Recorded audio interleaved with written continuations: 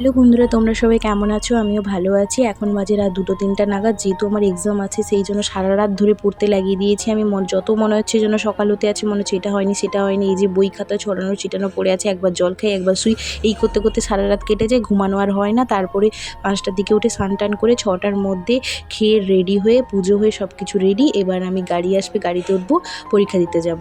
আর আমার কী হারে নার্ভাস লাগছিল, কী হবে পরীক্ষায় এরকম একটা। আর তারপরে পরীক্ষা দেওয়ার বেরোনোর পর আমি কলেজটাকে একবার ভিডিও করছিলাম, যে দেখছি বন্ধুদেরকে একবার দেখাবো।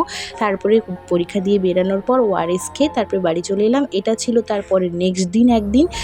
তারপরে পরীক্ষা দিয়ে বেরোনোর পর এখানে পাখিটা কি সুন্দর হাঁটছিল, আমি ক্যামেরা করছিলাম। তারপরে আমি রাস্তায় দাঁড়িয়ে একটা শসা খাচ্ছিলাম। আর পরীক্ষার চাপে মানে চোখে মুখে পুরো কালো দাগ পড়ে গেছে। তারপর আস্তে আস্তে তো আমার দই খেতে ইচ্ছা হচ্ছিলো, তাই আমি দই খাচ্ছিলাম। তারপরে বাড়ি এসে ভাবলাম ঘুমালেই শান্তি, কিন্তু না, ঘুম আর ধরলো না।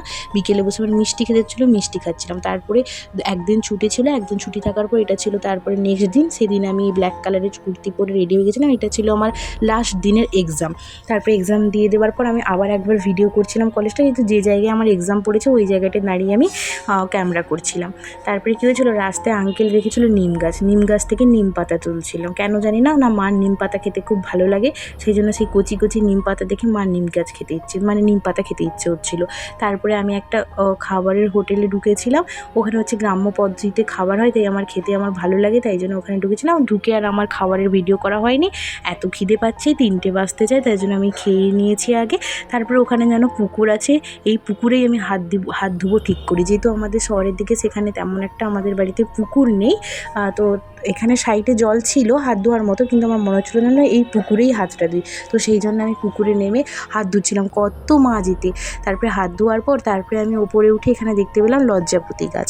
তো কী করা যায়, লজ্জাপতি গাছে হাত দিয়ে আমি এরকম করে নাড়াচ্ছিলাম। হোটেলে আমি খেতে গেছিলাম, ওখানে বড়ি বিক্রি করে, তাই বড়িটা নিলাম। তারপরে গাড়িতে এলাম। এবার ভাবলাম যে কখন যাই, বাড়ি গিয়ে শুতে পারলে শান্তি। এখানে একটা লেবু হয়েছিল, আমি লেবু তুলেছিলাম। তারপরে বাড়ি এসে চাউমিন খেয়ে টাটা গুড নাইট হয়ে গেছে। যা রাত জাগাত জেগেছি, তো পুরো এসেই আমি কখন যে ঢোল হয়ে গেছি আমি নিজেই জানি না।